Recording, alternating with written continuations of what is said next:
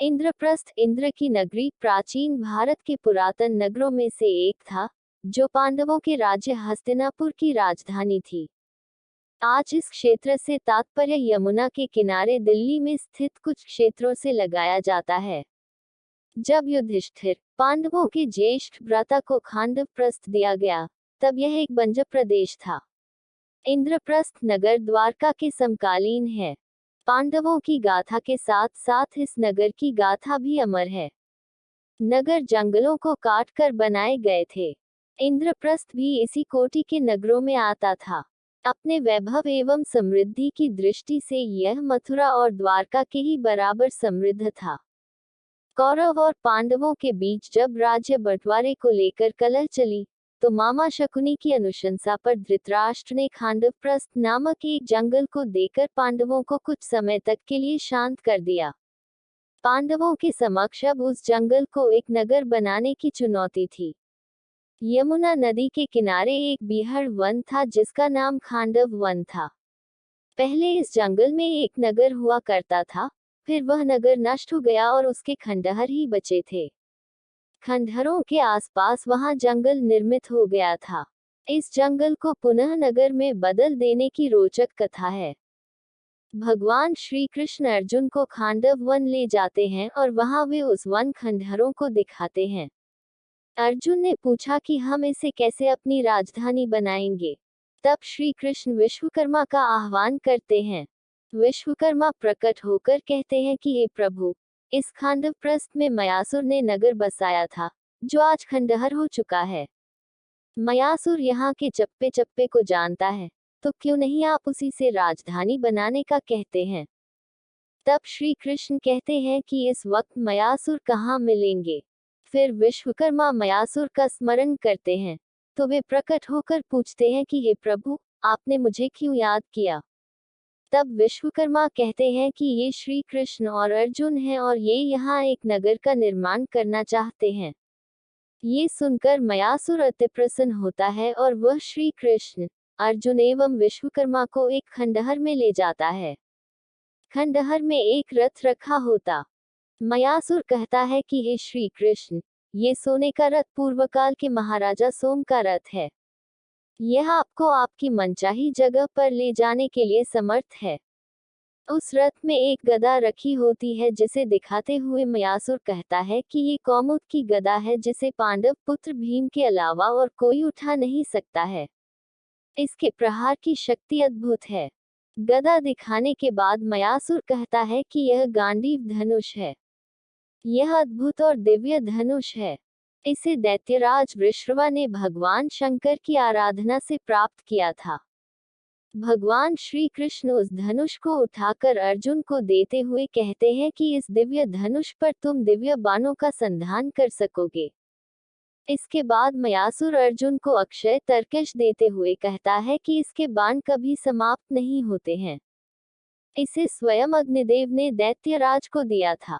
इस बीच विश्वकर्मा कहते हैं कि आज से इस समस्त संपत्ति के आप अधिकारी हो गए हैं पांडुपुत्र। अंत में श्री कृष्ण कहते हैं कि मयासुर, तुम्हारी इस कृपा का हम प्रतिदान तो नहीं दे सकते, लेकिन हम वचन देते हैं कि जब भी तुम हमें संकट काल में स्मरण करोगे, तो मैं और अर्जुन तुरंत ही वहां पहुंच जाएंगे। मयासुर यह सुनकर प्रसन्न हो जाता है। बाद में विश्वकर्मा और मयासुर मिलकर इंद्रप्रस्थ नगर को बनाने का कार्य करते हैं। इंद्रप्रस्थ का नाम भगवान इंद्र पर रखा गया, क्योंकि इस नगर को इंद्र के स्वर्ग की तरह बसाया गया था। भगवान कृष्ण ने विश्वकर्मा से भगवान इंद्र के स्वर्ग के समान एक महान शहर का निर्माण करने के लिए कहा था। विश्वकर्मा ने इस नगर में दिव्य और सुंदर उद्यान और मार्गों का निर्माण किया था, तो मयासुर ने इस राज्य में मयसभा नामक भ्रमित करने वाला एक भव्य महल बनाया था। इस तरह इंद्रप्रस्थ, जो पूर्व में खांडवप्रस्थ था, को पांडव पुत्रों के लिए बनवाया गया था। यह नगर बड़ा ही विचित्र था। खासकर पांडवों का महल तो इंद्रजाल जैसा बनाया गया था। द्वारिका की तरह ही इस नगर के निर्माण कार्य में मैदानव और भगवान विश्वकर्मा ने अथक प्रयास किए थे, जिसके चलते ही यह संभव हो पाया था। जब पांडवों और उनके चचेरे भाई कौरवों के बीच संबंध बिगड़ गए तो कौरवों के पिता धृतराष्ट्र ने पांडवों को यमुना किनारे खांडवप्रस्थ का क्षेत्र दे दिया। वहां उन्होंने जलाशयों के गड्ढों से घिरे हुए एक नगर को बनाया और उसकी रक्षात्मक प्राचीरें बनाई। धृतराष्ट्र के कथनानुसार पांडवों ने हस्तिनापुर से प्रस्थान किया। आधे राज्य के आश्वासन के साथ उन्होंने खांडवप्रस्थ के वनों को हटा दिया। उसके उपरांत पांडवों ने श्री कृष्ण के साथ मय दानव की सहायता से उस शहर का सौंदर्यीकरण किया। वह शहर एक द्वितीय स्वर्ग के समान हो गया। यहाँ से दुर्योधन की राजधानी लगभग 45 मील दूर हस्तिनापुर में ही रही।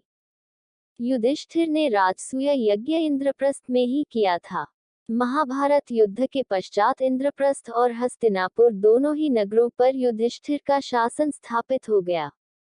हस्तिनापुर के गंगा की बाढ़ में बह जाने के बाद 900 ईपू के लगभग जब पांडवों के वंशज कौशाम्बी चले गए तो इंद्रप्रस्थ का महत्व भी प्रायः समाप्त हो गया। विदुर पंडित जातक में इंद्रप्रस्थ को केवल 7 कोश के अंदर घिरा हुआ बताया गया है, जबकि बनारस का विस्तार 12 कोश तक था। धूमकारी जातक के अनुसार इंद्रप्रस्थ या कुरु प्रदेश में युधिष्ठिर गोत्र के राजाओं का राज्य था। महाभारत उद्योग पर्व में इंद्रप्रस्थ को शकपुरी भी कहा गया है।